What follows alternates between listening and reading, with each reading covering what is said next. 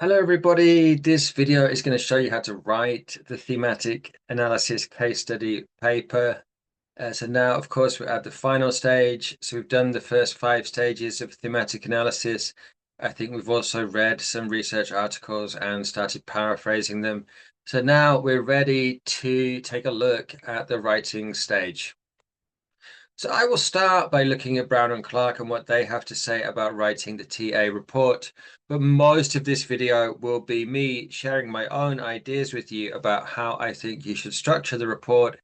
And we will also talk about things like citation and referencing, and also have a look at some of the elements on the assessment criteria. I will put the assessment criteria onto the LMS soon, and I will also give it to you in the class and talk about it in a little bit more detail later on, but we will cover most of the things in the assessment criteria in this video as well. So let's get started by looking at Brown and Clark. What did they say about the writing stage of TA? So first of all, they say that this is a final opportunity for refining your analysis. So you can make significant changes at this stage. Your analysis takes shape during the writing process. So it will be adapted to the structure of the text and also the detail that you include in the text and the flow of your writing. We'll talk a little bit about this later on. Think about writing your paper in a style that engages the reader, which also seeks to convince them of the validity and analysis and quality of your analysis. Now, this is something I actually changed from their original account. So they said write it in the style of a story. So actually, I changed that. I don't want you to write it in the style of a story. So if you have read Brown and Clark, and you have seen this idea that you're writing it in a narrative style or a story, please don't do that. I want you to write it as an academic paper. I think the reason why they want to emphasize this point of writing it as a story is to highlight the fact that this is qualitative research and therefore not objective research. However, I don't think that when somebody writes in an academic writing style, it actually means that the writer thinks that this is objective information. I think that this is merely the style of objectivity or the appearance of objectivity. In any case, in order to avoid confusion, please don't write it in the style of a story or in a personal writing style. So, of course, the journal contains some personal elements and personal reflections, but as much as possible, I want you to write this in an academic style. So I will show you what this means during this video. The final thing they said is that this stage shifts your writing into the form of academic writing. So actually, I think what they say in the book is somewhat contradictory because they say write it as a story and it should follow the rules of academic writing. So my understanding is that is actually contradictory advice. It will be very confusing if I say both things. So let's be absolutely clear about this. This is an academic paper written in an academic style, not in a narrative writing style. So this means things like you will follow 10 rules of academic writing, which I will show you later. And also you will follow conventions for paragraphing that are used in academic writing. Okay, so full disclosure, I think we need to look at what a full TA paper looks like, just in case anybody goes on to do this in the future. You should not follow the recommendations that I give you today in this video. The full TA paper is bigger than the one we're doing today or in this class and covers more sections. So in the full TA paper, you need an abstract, an introduction, methodology, results, discussion, and conclusion. So please just notice that if you do thematic analysis in the future for a master's level report or a dissertation, of course you would use a much bigger data sample than your journal. Then in that case, please go back and read the original book again. Don't rely entirely on what I'm going to say in this video. So the advice I'm giving you in this video is how I want you to write the paper. And of course, this relates also to the way the paper is going to be assessed. So you're not going to write the full TA paper. I'm sure you'll be glad to hear. So what kind of paper are you going to write? Okay, so here are the task instructions. So write a 1200 to 1500 word paper presenting your chosen wellness practice as a case study. In your paper, you should contextualize your wellness practice, explain, develop, and discuss the implications of two main thematic findings from your reflective journal, which should be supported by textual evidence from the journal. And the paper should also include a discussion of your reflexivity and how this impacted your research. So please be aware that the word count for the paper, that's 1,200 to 1,500 words, does not include the words in the reference list. Okay, so it's just the main text of the essay. It doesn't include the title page either. Okay, so we're going to look at the functions of the different paragraphs in the assignment one by one. So we're going to ask, what is the role of the first paragraph or conclusion? What is the role and main idea and specific focus of the two main body paragraphs? And then finally, what is the role or function of the last paragraph or conclusion? Actually, you will have two choices, I think, about the way that you structure this paper. So we will look at choice A first and then choice B. So choice A, I think you can write 5 paragraphs. And in the first paragraph, you do a standard introduction or the introduction that I'm going to show you. And in paragraphs 2 and 3, which are main body 1 and main body 2, you will present the theme and then explain and discuss the theme. I will go into this in more detail later on. And then paragraph 4 could be a separate paragraph which focuses solely only on reflexivity and how it relates to the research. Then you have the 5th paragraph, which is the conclusion and the reference list. Alternatively, you could just write 4 paragraphs, so introduction, and then in main body 1 and main body 2, you would include some of the reflexive elements, perhaps a different reflexive element in each paragraph, and then conclude in the final paragraph. And in that final paragraph, you may also do more reflexive analysis. And in both cases, you include a reference list with all of the sources, articles used in the essay at the end in alphabetical order. So this is where I go back to the quotation or the statement from Brown and Clark. They said, your analysis takes shape in the writing process. So refine your analysis by adapting it to the detail, flow, and structure of your writing. So this is why I'm giving you the choice. I think if you can combine the reflexive elements in main body 1 and main body 2 neatly and concisely, integrate them with those themes, then do that. If you don't feel like you can combine those reflexive elements in main body 1 and main body 2, just do reflexivity as a separate paragraph in the essay. So you have a choice about the essay structure. So you will need to adapt the detail that you want to include into the structure of the essay.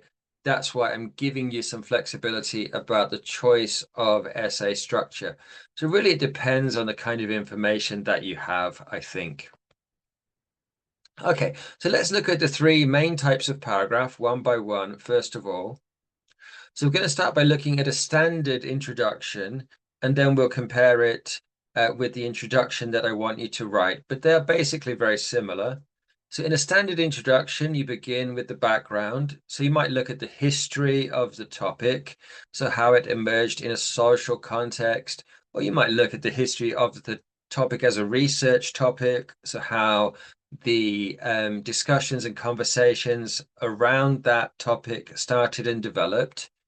You should also contextualize the research. I will talk about this more later on, but this basically means situating or locating your research within a suitable context. You also might include a definition of a key term. It's fairly common to have a definition in the introduction, but it's not essential, I think. And then you might also describe current trends or situations or characteristics, depending on the topic. And you may also give some simple general examples to help the reader to understand the topic. Secondly, you would consider the relevance. So that could be the relevance of the topic. Why is the topic important? Who should be concerned or who should care about this topic?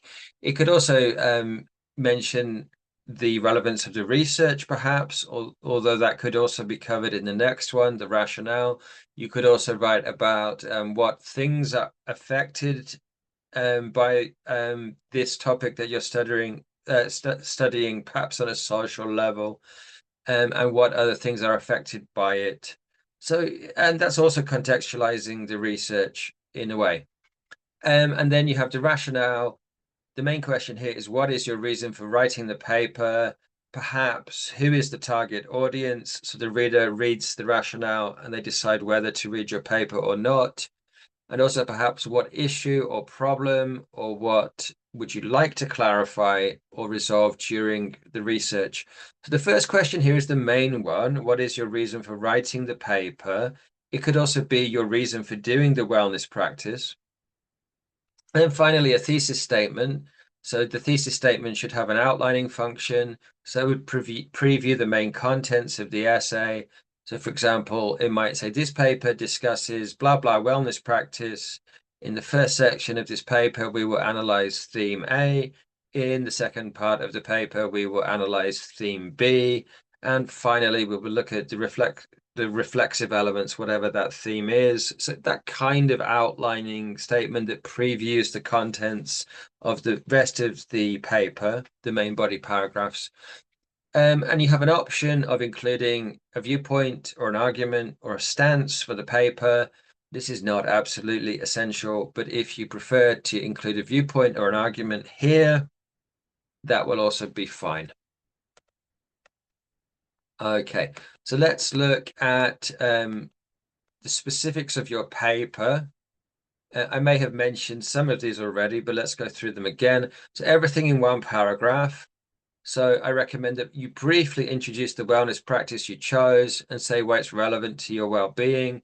Perhaps you could look at the historical context in which the wellness practice emerged, perhaps the purpose that it is intended for, or the general benefits of that.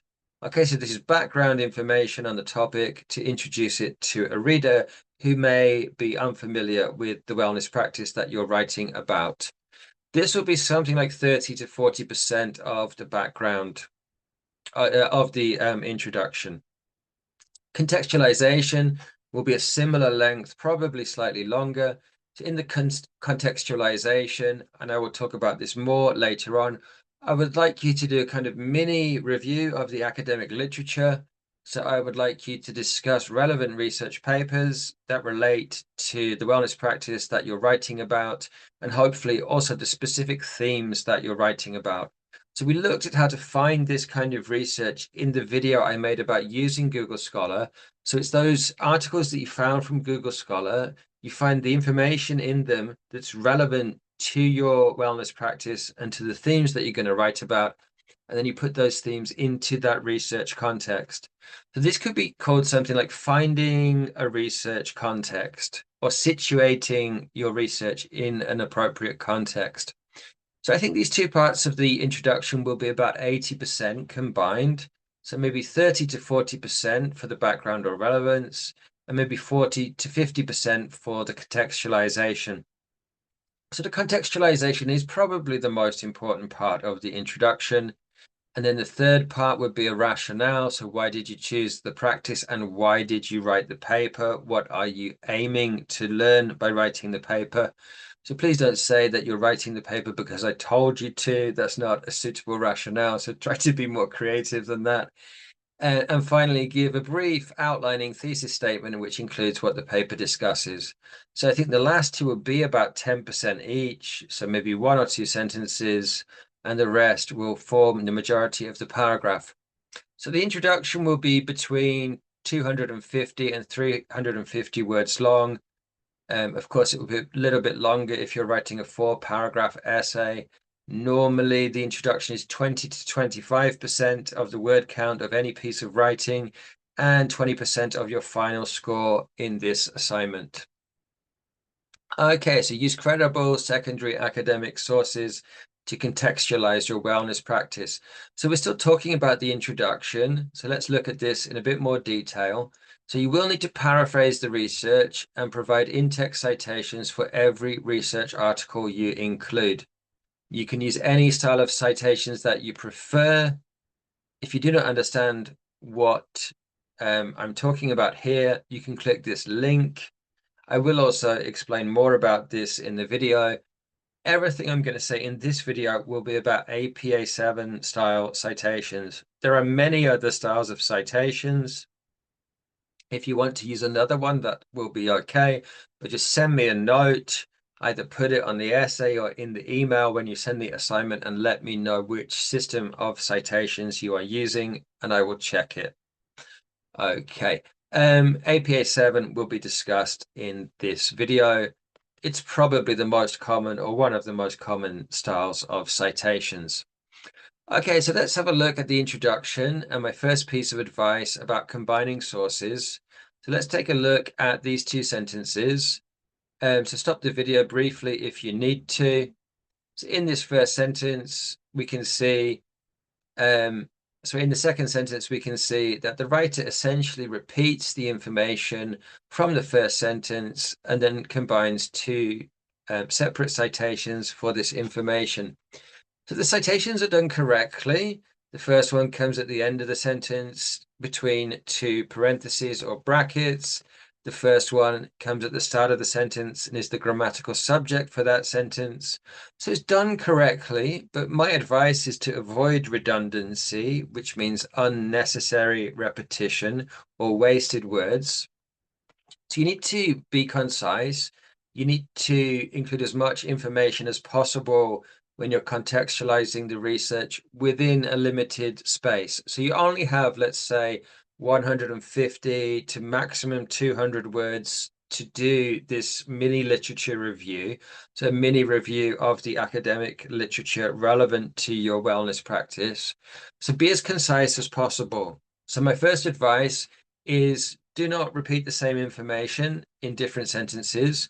Just put a double citation. So combine the sentences, and where the information overlaps, put two citations together, and this will make it much more concise and condense the information and make it a much higher quality piece of writing.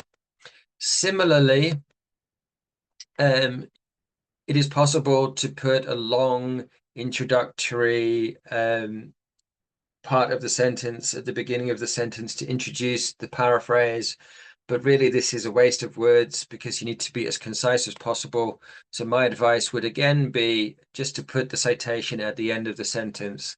So even if you're only citing one article, the same advice applies. You will use more words if you begin the sentence with your citation compared to using it at the end. So you have a choice. You can begin with the citation and then write the sentence, which includes your paraphrase, or you can just write the paraphrase and put the citation at the end in parentheses. This is the normal way that academic research is written. So if we look at these randomly selected articles from Google Scholar, you can see that in almost every case, I think possibly in every case, the information is given in parentheses immediately after the information that is included and normally at the end of the sentence. So it's more concise to put the information at the end of the sentence. This means that you can include more information and you will write a denser and more high quality report as a result. Okay, so let's move on to the main body paragraphs.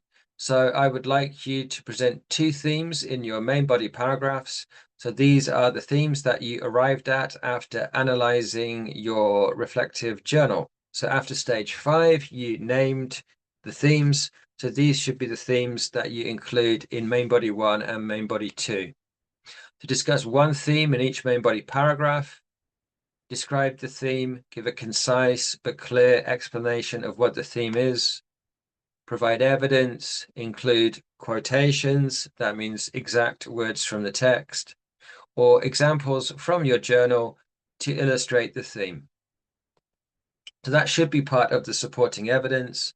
And then what you also need to do is explain the theme and elaborate the theme. So that has a very similar meaning, but I think elaborate gives you more idea that you need to go into depth or detail.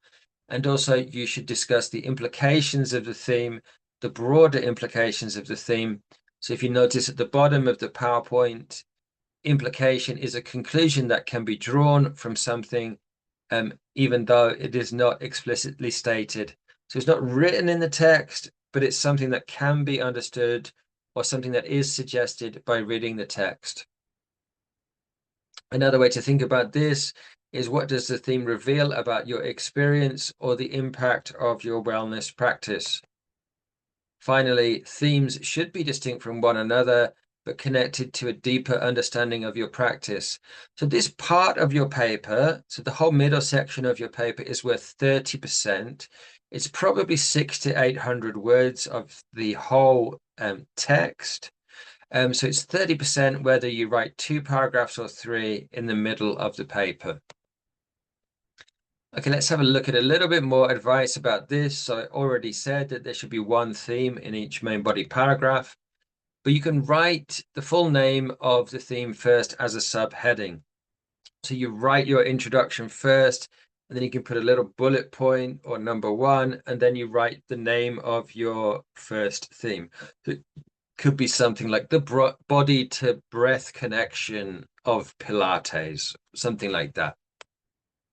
Then write a topic sentence which expresses the theme and any sub-themes of the paragraph. So begin with a subheading which names the theme specifically and clearly, and then also write a topic sentence at the beginning of a paragraph, just like you would in any other academic paragraph. The topic sentence covers the full range of content in the paragraph, so this means that it should include the theme and the sub-theme in it. Then provide a concise explanation of what the theme represents. Then provide evidence with quotations from your diary. So I will show you how to do this on the next slide. It should form part of a complete sentence. So this is what I will show you shortly, and you should use the quotation marks. Choose the richest quotations from your journal, the most interesting, the most salient. And then your job is to explain or unpack what it means. Okay, so what does the quotation reveal about your experience and the impact of the wellness practice as it relates to the main theme of the section or the paragraph? Then, if necessary, do another quotation and another explanation, depending on of course, on how much you wrote. But don't forget to leave enough space to discuss the implications at the end. So this time I didn't write down like a percentage breakdown for each section of the paragraph, but the topic sentence will be about 10%. And then probably the other 3 sections of the paragraph will be about equal in length. So the quotation, the supporting evidence section, and the explanation of the quotation will probably be about 1/3. And then maybe you try to elaborate and include some information in the research. Maybe that's another third. Certainly, at least 1/3 of the paragraph should be the implications. But don't forget to include that. The students who get the highest scores for the main body paragraphs will discuss the broader implications in the best way. So that's probably the best advice for getting an A+ grade in the paper, is to make sure that you really do good analysis when you're discussing the implications of the practice. Okay, so this is going to show you how to do quotations. So quotations should be given in quotation marks, and they should form complete sentences. So if we look at the 3 example sentences below, the first one with the red cross is not a complete sentence. So here the student just copied and pasted the information directly from the diary and added inverted commas. In this case, this is not the correct way to do a quotation. So if you look at the second example, there is part of the sentence to introduce the quotation. It says the journal entry for day 7 reveals that totally new and unexpected. experience occurred as I encountered pleasant tingling sensations on the surface of my skin. Okay, so that's a much better way to do the quotation because it's properly integrated into the structure of the sentence. Or if you look at the final example, it says, on days 11, 13, and 15, we see unexpected, surprising, and pleasant experiences of tingling sensations, respectively. So on day 11, I had unexpected tingling sensations. On day 13, I had surprising tingling sensations. And on day 15, I had pleasant tingling sensations. What a wonderful 3 days that was. Okay, so let's have a look at how to structure this paragraph very briefly. You start with a subheading, which defines the theme, then your topic sentence, then your first concise explanation of the theme, then the quotation, then the explanation or unpacking. So unpacking kind of means step by step, item by item. You explain part by part until you fully elaborated the meaning. Then if necessary, you can repeat the process again, of course, depending on how much you wrote. The 3 comments at the bottom, the first one says, repeat the quotation and explanation stage as many times as necessary, but note that it is better to include fewer quotations and to explain or elaborate more, so you get more points or more score in your higher score in your assignment for doing the explanation and the elaboration than just quotations. So it is also acceptable, totally fine to use information from the secondary sources here. But if you are using information from the secondary sources, try to make sure that it links back or is closely related to the research context that you established in the introduction. So if the contextualization stage of the introduction did a good job of contextualizing the research, then you should be able to check because the research that you include here will be the same research or very similar to the research that you outlined in the introduction. So it should be the same research or adjacent to that research topic, very close to that research topic. Okay, let's look at the standard conclusion. So in a standard conclusion, we restate the thesis statement. The second thing that we do is summarize the main points that we discussed. The third thing that we do in a standard conclusion is something like recommended actions or recommended research. Also, we often discuss the limitations of the research, particularly in student writing. Okay, so include all of the following in the discussion and conclusion paragraph. This will be 20% of your final score. Include a second thesis statement. This will just be about 10% of the word count. Summarize the main conclusions and insights of your analysis. So when you're summarizing, it should be briefer and more concise. So these are the main points that you mentioned in the 2 main body paragraphs or 3 main body paragraphs, but try to condense it.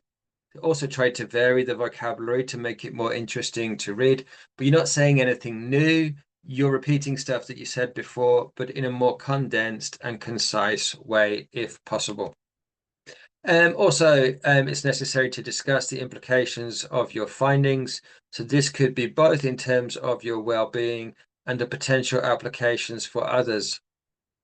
So it might be a good idea to discuss the implications for your well-being in the main body paragraphs. And then this allows you to go further and to discuss the implications for others in the final paragraph. And that might be a good way to do it. In this case, the information about the implications for your personal well-being could well be part of the summary. So these are not totally distinct and separate categories. Often these things will overlap. So these are just guidelines in terms of the word count. So it's something like 30% of the final paragraph will be conclusions and insights, a restatement of previous information. Something like 30% will be implications, hopefully including some new implications. And then finally, we look at the limitations of the research and suggest how the research could be improved or developed. So if you do that section very well, the 2 things should, of course, be connected. So the limitations of the problems of the research should lead in to the final concluding part of the assignment, which is how the paper can be improved and developed. Okay, so that's the structure of the paper. Let's look at some of the other elements. So let's look at reflexivity, integration, and critical engagement. So this will be 10% of your score throughout the whole paper. So the paper demonstrates reflexivity and shows an awareness of your positionality, who you are as a researcher, and how it influences your analysis. So it should include personal insights, thematic findings, and the secondary research should be integrated into a cohesive structure.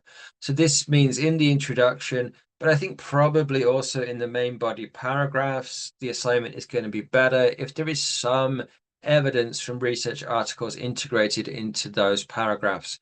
I think if it's only your own opinion, it probably won't be as good. And then finally, evidence of deep engagement with the wellness practice and critical thought about its impact. The deep engagement with the practice, so I'm looking at the kind of insights you draw from the experience, critical thought about its impact. This will probably also include some of the reflexive elements and some of the obstacles and problems you had doing the wellness practice successfully. Okay, let's go back and look at reflexivity very briefly. So we said there were three types of reflexivity, which were personal, functional, and disciplinary. So you don't need to include all three. If you do one of these very well, in a lot of detail or depth, that will be fine. It's not necessary to do all three. It would be possible to do two of them, perhaps one in each of the two main body paragraphs. So these were the questions that we looked at before. If you need to stop the video to review that, then please do so. I would just like to say that about the second category, functional reflexivity, it says, how has the research method or design shaped the research and the knowledge produced? So normally when the writer does this, they have chosen the research design themselves. And probably the student is doing a TA at a higher level than this normally. But don't feel it's totally okay to criticize the research design or the context in which we're doing the research. So don't be afraid to criticize some element of the research that I designed, and also don't be afraid to talk about the context within which we did the research. Okay, so both of those things are fine. You can also include critical comments in that section if you decide to discuss functional reflexivity. 10% for the structure. The structure basically means putting the relevant information in each section of the paper. So we've already gone through this. The rationale should be in the introduction, for example. The thesis statement should also be in the introduction and in the conclusion. There should be a clear distinction between the themes. So if some of the things you're writing about under one theme could equally apply under the other theme, then I don't think these themes are unique or distinct enough. So there shouldn't be overlapping content in the main body paragraphs. And of course, you should be writing in full and complete paragraphs. So if you're writing in short paragraphs or incomplete paragraphs, then of course this affects the structure score. Also, it means starting the main body paragraphs in a logical way with the topic sentence and not finishing in a very abrupt way. So don't finish too suddenly. Don't finish with some supporting evidence at the end. Make sure you finish with a suitable comment. The best way to do this is with something like therefore or hence and a concluding or summarizing sentence at the end. And also think about coherence or spine through the essay at this point.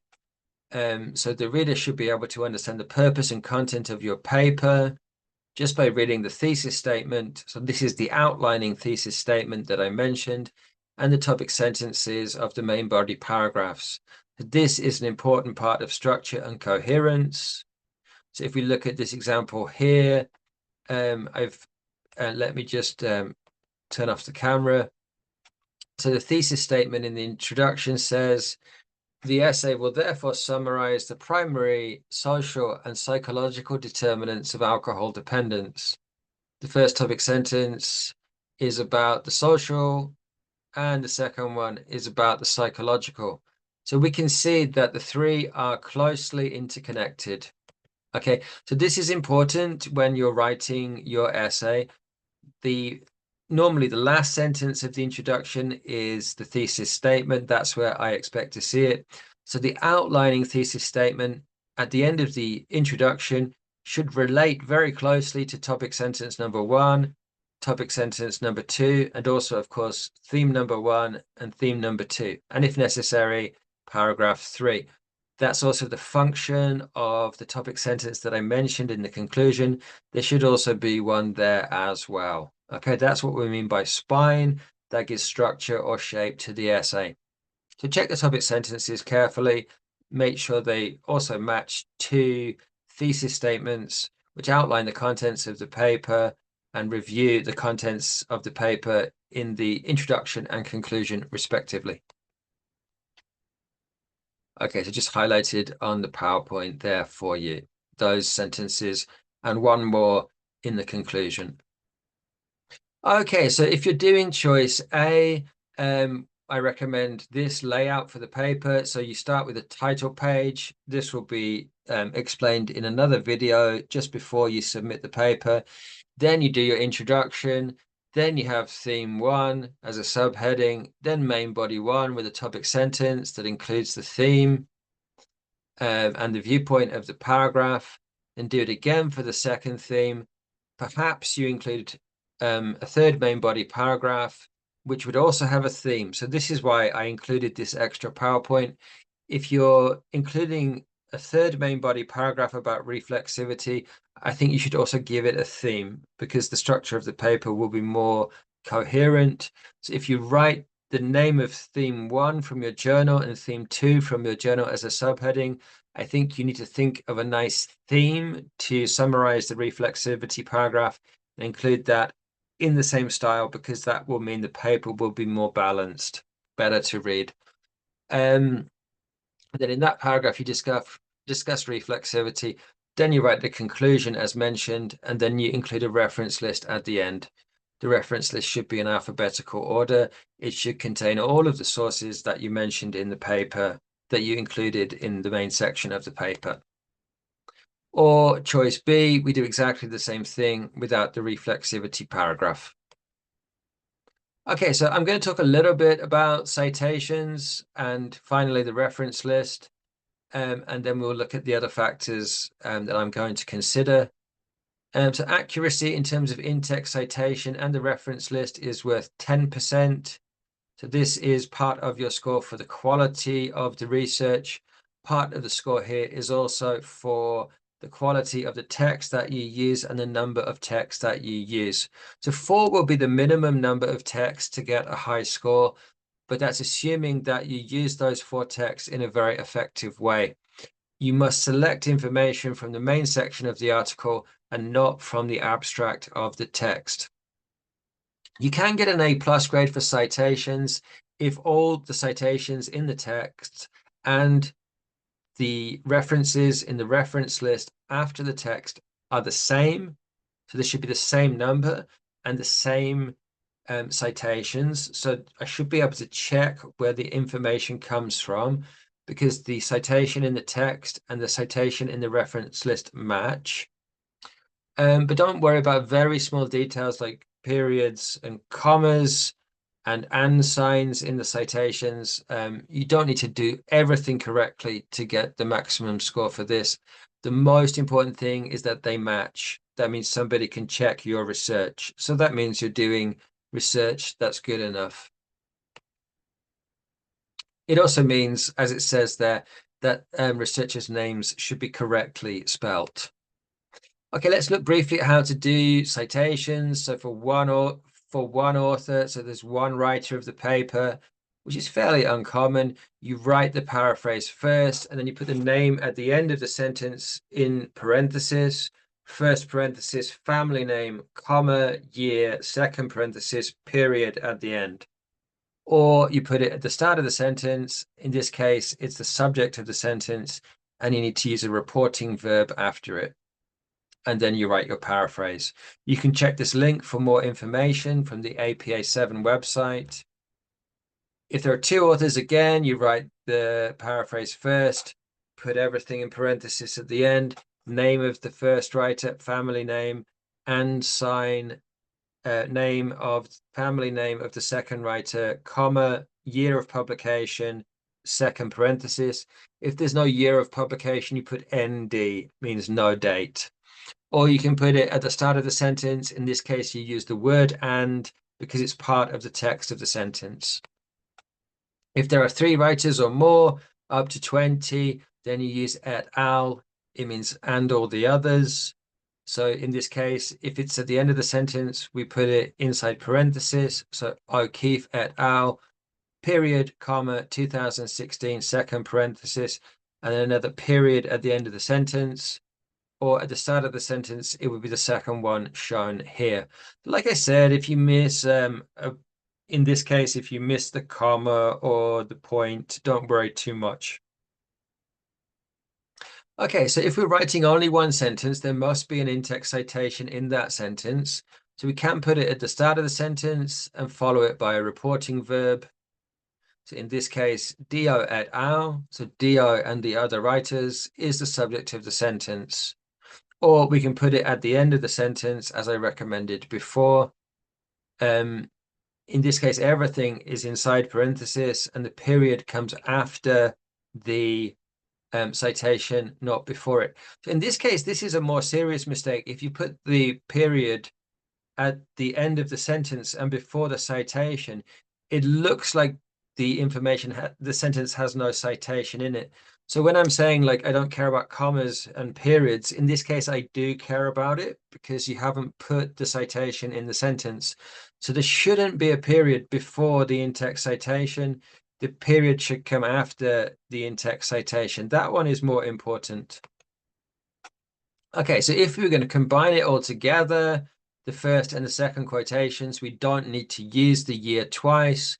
So if we write Dio et al. At the start and Dio et al. 2015 at the end, that is enough. It's clearly bookmarked. It's like a sandwich. The content is in the middle of the two ends. In this case, we should also use the underlined sections of text to make the text cohesive. To check this as well when you're writing, we don't need to put the citation in these sentences because it's clear from the way I start these sentences that I'm referring back to the research. So in the first sentence here that is underlined, in the experiment, of course, it's the experiment from the paper. And in the second one, according to the results of the experiment, of course, I'm referring back to the paper. So we don't need to put the full citation in every case. We only need to put it in once, but then the other sentences should clearly indicate that those sentences are also from the research. So if you stop the video and read this PowerPoint, hopefully you can see that this is cohesive. It's all linked together. It's obvious which sentences are reporting the research. One thing that you shouldn't do is to confuse the names of the writers of the text. So here, the name of the lead writer seems to be Christopher. He seems to have 2 first names, Gary and Christopher, but Christopher is the family name, I think. The name Arendt is in the text, but in this case, it's wrong to cite Arendt because Arendt is not the writer of the paper. So in this case, we must do a secondary citation. So it's Arendt. Arendt's research is 2001, as cited in Christopher et al. Is the main writer, and the year of the paper is 2006. You can see it at the top of the page. Okay, so this is the formula for doing a secondary citation, and there's another example here if you want to see it. I'll give you an example from a real paper. So we find the name of the researcher at the top. It will normally be the second name. So Koreans and people that come from countries where the name order is different, please check that carefully. Make sure you get the right name. 1989 is the year of publication. So the first part of the citation is Adams, 1989. this is the paper I'm reading. This is the paper where I found the information. In that paper, it mentions Meadows et al. So Meadows et al. Is the primary citation. Adams is the secondary source. So primary source and secondary source. But in this case, there's no year for Meadows et al. So what do I do? Actually, it's a mistake in the citation. In the APA7 system, I can check the information at the end, find the names because they're alphabetically listed, and pick up the year there. Okay, so we use the formula above. It'll be Meadows et al. Their paper, the primary source was written in 1972, as cited in Adams 1989. There are 2 commas between them, but don't worry too much about that. State that, and then your paraphrase.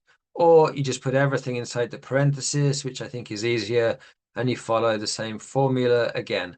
So the primary source is first, and the secondary source is second, and you will always be reading the secondary source.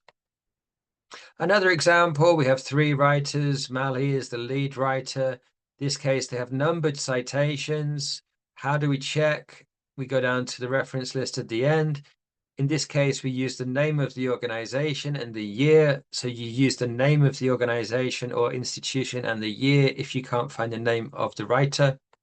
So in this case, we would just use the name of the organization, the year of the paper, and then as cited in the source that we're reading, which in this case is Mali et al. 2021. The reference list, okay, will look like this. And I already showed you how to get APA7 citations in an earlier video. So you click the cite button, press APA7, copy and paste, and then you just put it in the reference list at the end. Actually, this doesn't have a DOI. I will show you what that is later, but this will be good enough in this case. It's accurate enough. So normally they will be accurate enough. If you can't get the citation from Google Scholar, then this is how you make a citation. So you have the 5 different elements. Number 1, the names of the writers. Number 2 is the name of the journal, the Journal of Complementary Integrative Medicine. Number 3 is the title of the paper. Number 4 is the journal issue number and page range. So the page range is 73 to 82. And then you have the digital object identifier, or DOI, which is where you can find the article online. And that's the 5th element of the reference. You could also try using it using ChatGPT and asking the questions. How do I do an in-text citation in APA7 style for this article? How do I do a reference in APA7 style for the article? And then you just upload the file in there. It will give you a citation. But of course, you need to check that it's correct. So let's look at how you can do this quickly. So first, you put the names of the writers. These are the family names of the writers. Second, you include the initials of the writers. And notice the comma and period placements. Small mistakes will be accepted, as I mentioned before. Then you put the year of publication in parentheses. Then you put the full title of the article. Okay, and then you put the name of the journal. This should be in italic font. And then if there is a page range, you put the page range. If there's a journal or issue number, you put that. And then you put the digital object identifier if there is one. If there isn't one, don't worry too much. But normally, recent articles will have one. Okay, and then they should be listed in alphabetical order. So B comes before C, comes before D. Notice that the first 2 are by the same writer. If you have 2 articles by the same writer, then they are arranged chronologically. So they are arranged alphabetically first. And if there are multiple sources by the same writer, then the earliest source comes first. Okay, so this is almost everything. Let's wrap up with some concluding comments. So I'm not assessing range and accuracy of vocabulary directly.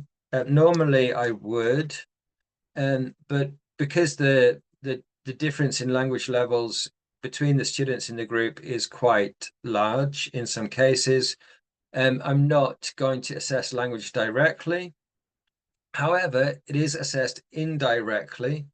because in order to get an A grade for the introduction, for the thematic findings, for the conclusion, and the discussion, and the reflexivity section, so almost everything in the paper, they all use the word clear. So part of achieving this criteria is accurate use of vocabulary. So of course, if you're using vocabulary inaccurately, it will be difficult to get an A grade. So I'm not assessing it directly, but I'm assessing it indirectly. So of course, clear communication is important, and clear communication involves using accurate vocabulary. Likewise, the A+ criteria cannot really be achieved if the paper is not written in a strong academic style with accurate grammar. So there's no specific or separate assessment criteria for language or grammar. It will be assessed indirectly because, of course, it's part of the quality of the paper. Okay, so there are 10 rules I would like you to follow in academic writing. They're given on the PowerPoint and explained at the video link below if you need more detail.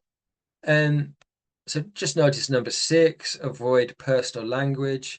So this could be a little bit of a problem if you're using too many personal statements about your practice. So it's better to write sentences like the wellness journal shows, or day 7 of my wellness journal reports that or states that, rather than saying I had a pain in my leg on day 7.